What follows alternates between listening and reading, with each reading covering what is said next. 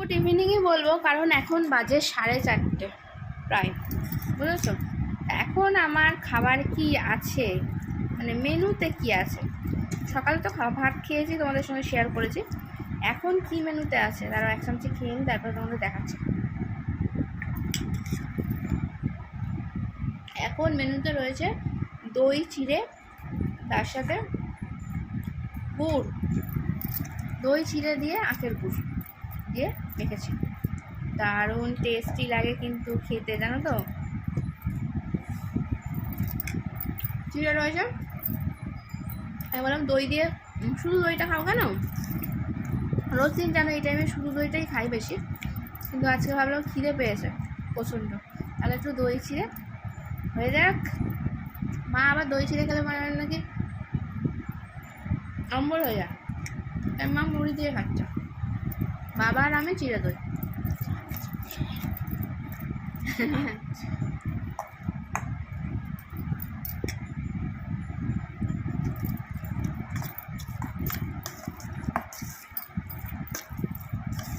বাবা এখানে চলে আসো।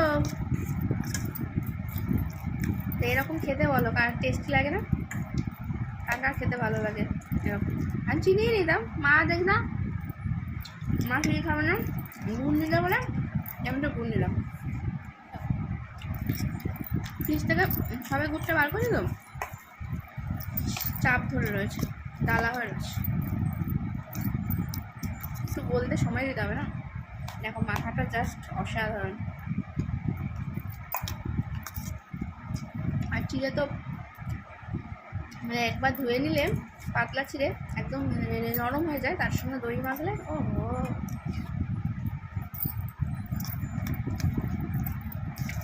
অসাধারণ একটা খাবার।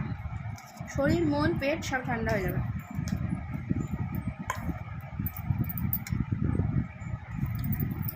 কে কে গরমের মধ্যে খেতে ভালোবাসে এটা? প্রচুর যখন গরম পড়ে তখন কিন্তু এটা খেলে খুব শরীরে উপকার, জানো তো, পেটটা ঠান্ডা হয়ে থাকে তখন জন্য। এখন যদিও বা একটু গরমটা অনেকটাই কম আছে, মানে গরম আছে কিন্তু ওই ঝিরঝির যেহেতু বৃষ্টি হচ্ছে সেই আন্দাজে একটু গরমটা কম আছে।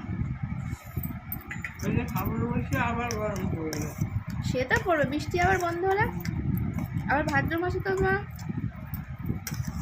ওই টিপটিপানি বৃষ্টি হবে, রোদ উঠবে। এখন শ্রাবণ মাস চলছে না এখন?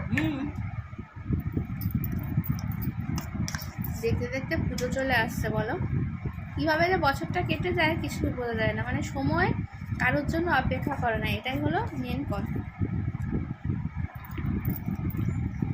আমরা একটু একটু করে নিজেদের বয়সটা কীভাবে বাড়িয়ে ফেলছি বলো, আমরা বেড়ে যাচ্ছে, বাড়িয়ে ফেলছি মানে বেড়ে যাচ্ছে, এক একটা করে দিন চলে যাওয়ায় মানে জীবন থেকে সেই সময়গুলো আমাদের চলে যাচ্ছে, তাই না? ওই জন্য সময় নষ্ট করা একদম উচিত নয়।